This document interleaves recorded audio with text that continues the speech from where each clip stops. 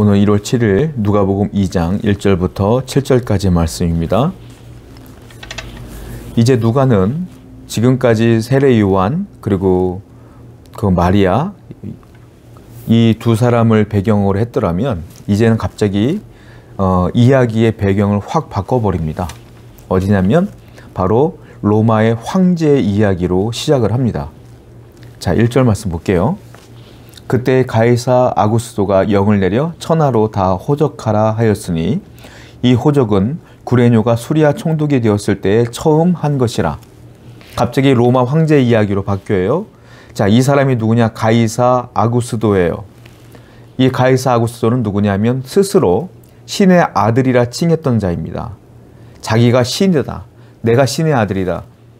무슨 똑같은 얘기를 하고 있잖아요. 예수님이 누구죠? 하나님의 아들. 가이사는 스스로 내가 하나님의 아들이다, 신의 아들이다 라고 칭했어요. 그리고 세상을 정복했고 그 정복한 나라들마다 이제 호정령을 내린 거예요. 자, 세상의 신의 아들이라고 불려지는 세상의 신. 그리고 실질적으로 로마인들은 가이사를 신의 아들로 인정을 했습니다. 신으로 바라본 거죠. 자, 그런데 이 가이사 아구스도가 명을 내린 거예요. 호적을 하라. 그런데 이 당시에 이 호정령을 통하여 누가 태어납니까? 예수님이 태어나게 되는 거예요. 가이사 아구스도는 자기가 스스로 신의 아들이라고 말했지만 가짜죠. 그러나 이 사건을 통하여 진짜 신의 아들, 하나님 아들의 이야기가 시작되는 거예요. 복음은 이 세상에 진짜와 가짜가 있습니다, 여러분. 진짜 복음을 만나는 게 중요해요. 이 복음은 예수 그리스도예요. 세상에는 가짜가 너무 많아요. 스스로 가짜라고 인정하는 자, 스스로 가짜 하나님이라고 말하는 자, 스스로 높이는 자가 너무도 많아요. 여러분, 어떤 종교에도 현혹되지 아니하고 어떤 말에도 현혹되지 아니하고 오직 예수 그리스도께로 나와서 그 진짜 복음의 진수를 느끼며 은혜를 받는 여러분 되기를 축원드립니다. 항상 분별의 은사를 구하셔서 진짜와 가짜를 구별해서 하나님께 나가야 될 줄로 믿습니다. 3절과 4절 한번 읽어볼게요. 모든 사람이 호적하러 각각 고향으로 돌아가매 요셉도 다윗의 집 족속이므로 갈릴리 나사렛 동네에서 유대를 향하여 베들레헴이라 하는 다윗의 동네로 그 약혼한 마리아와 함께 호적하러 올라가니 마리아가 이미 잉태하였더라 라고 말했어요. 자, 황제의 명령이기 때문에 각자 고향으로 가서 호적을 해야 되는 거예요. 자, 요셉은 마리아와 약혼한 동네가 어디냐면 나사렛이라는 곳이에요. 그런데 이 요셉은 고향이 어디냐면 다윗의 후손이었기 때문에 다윗의 고향으로 가야 돼요. 다윗의 고향이 어디냐? 베들레헴입니다. 그래서 이 나사렛에서 베들레헴으로 가는 겁니다. 제가 지도를 보고 살펴봤더니 약 140km 정도 되는 곳이에요. 그러니까 지금 마리아는 지금 임신을 하고 우리가 알다시피 베들레헴 여관에서 예수님이 탄생되잖아요. 그러니까 만삭인 거예요. 만삭의 그 와이프와 더불어 이 140km를 가는 겁니다. 자, 누가는 이 이야기를 왜 얘기했느냐면 미가서 5장 2절을 보게 되면 예수님이 베들레헴에서 태어난다는 예언이 되어 있어요. 누가는 역사학자이기 때문에 이 말씀을 다 알고 있어요. 그래서 이 이야기를 굳이 써놓은 이유는 뭐냐면 이 가이사 아구스도의 호정령을 통하여 이 요셉과 마리아가 베들레헴으로 갈 수밖에 없었고, 그리고 거기서 예수님이 미가서 5장 2절에 나와 있는 예언의 말씀대로 태어날 수 있었던 것이다 라는 것을 이야기하려고 이렇게 시작하는 겁니다. 무슨 말일까요? 세상에 놀라운 아주 강력한 힘을 갖고 있는 가이사, 스스로 신의 아들이라고 불리울 정도로, 그리고 많은 사람도 인정할 정도로 강력한 힘을 구사했던 로마의 황제, 세상에서 그보다 더 강한 사람은 없어요.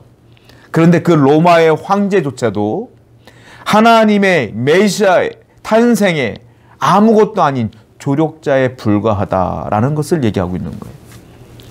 세상에 아무리 강력한 권세가 있다 할지라도요, 하나님 앞에서는 아무것도 아니에요. 하나님이 그를 그냥 쓰면 조력자가 되는 거고, 그를 놔두면 죄인이 되는 거예요. 세상에 그 어떤 것도 하나님보다 능할 수 없고 이길 수 없고 강할 수 없어요.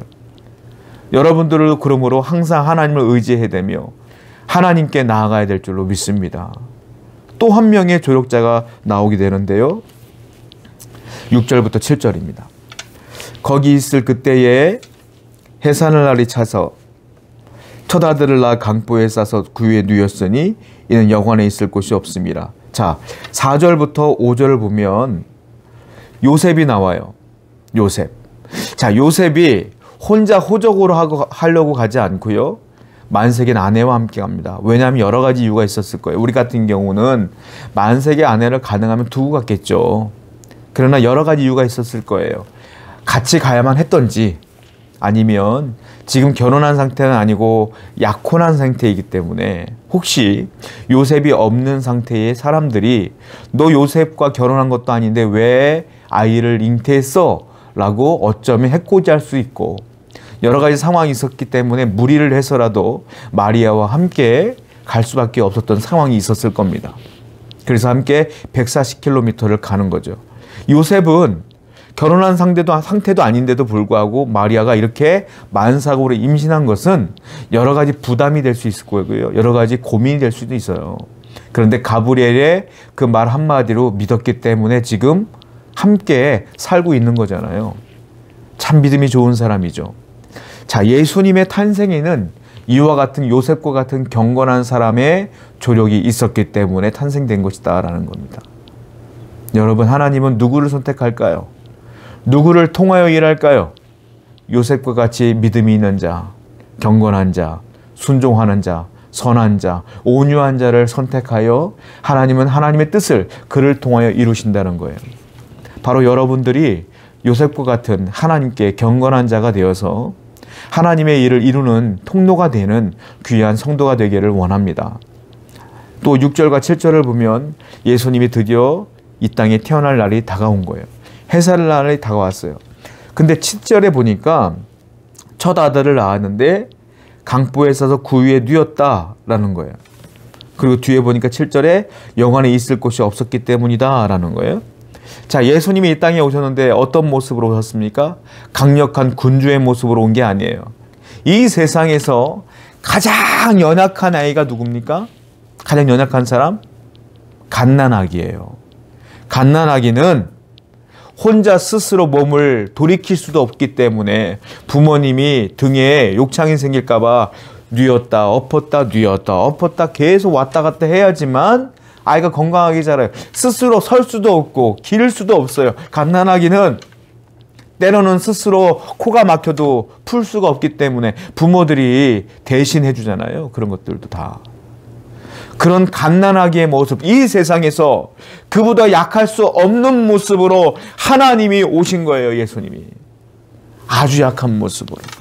또 하나, 여관에 있을 곳이 없었기 때문에 외양간에 마구간에 구유통에 그 갓난아기의 모습으로 오셨어요. 가장 약한 모습으로, 가장 천한 곳으로 오셨어요. 복음은 뭐냐? 가장 약한 거예요. 가장 천해 보이는 거예요. 비천한 보이는 거예요. 그러나 환경이 중요한 게 아니에요. 그 안에 예수님이 그 마구간에 계시니까, 복음의 정수인 예수님이 거기 계시니까, 진짜 복음이 거기 계시니까 거기가 곧 하늘나라가 되는 거예요. 여러분, 겉의 화려한 모습에 취하지 마십시오. 가장 아름다운 화려한 모습이 복음이 아니에요. 복음은 어쩌면 가장 세상 사람들이 볼 때 가장 비천해 보이고 약해 보이고 아무것도 없어 보이는 게 복음일 수 있어요. 실질적으로 여러분들이 복음을 전해보면 알겠지만 사람들은 안 믿을 거예요.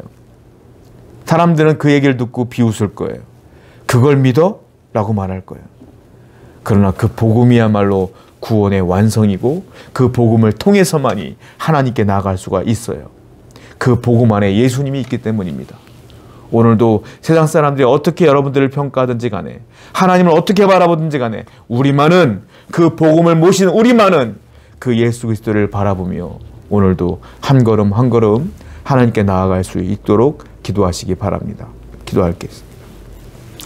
하나님 아버지 감사합니다. 오늘도 예수님을 모신 성도님들이 하나님께 나아갈 수 있도록 인도해 주시고, 오늘도 세상 사람들이 어떻게 바라보든지 간에 우리는 그 예수님을 바라보며 예수님을 의지하며 살아갈 수 있도록 인도하여 주옵소서. 예수님의 이름으로 기도드렸습니다. 아멘.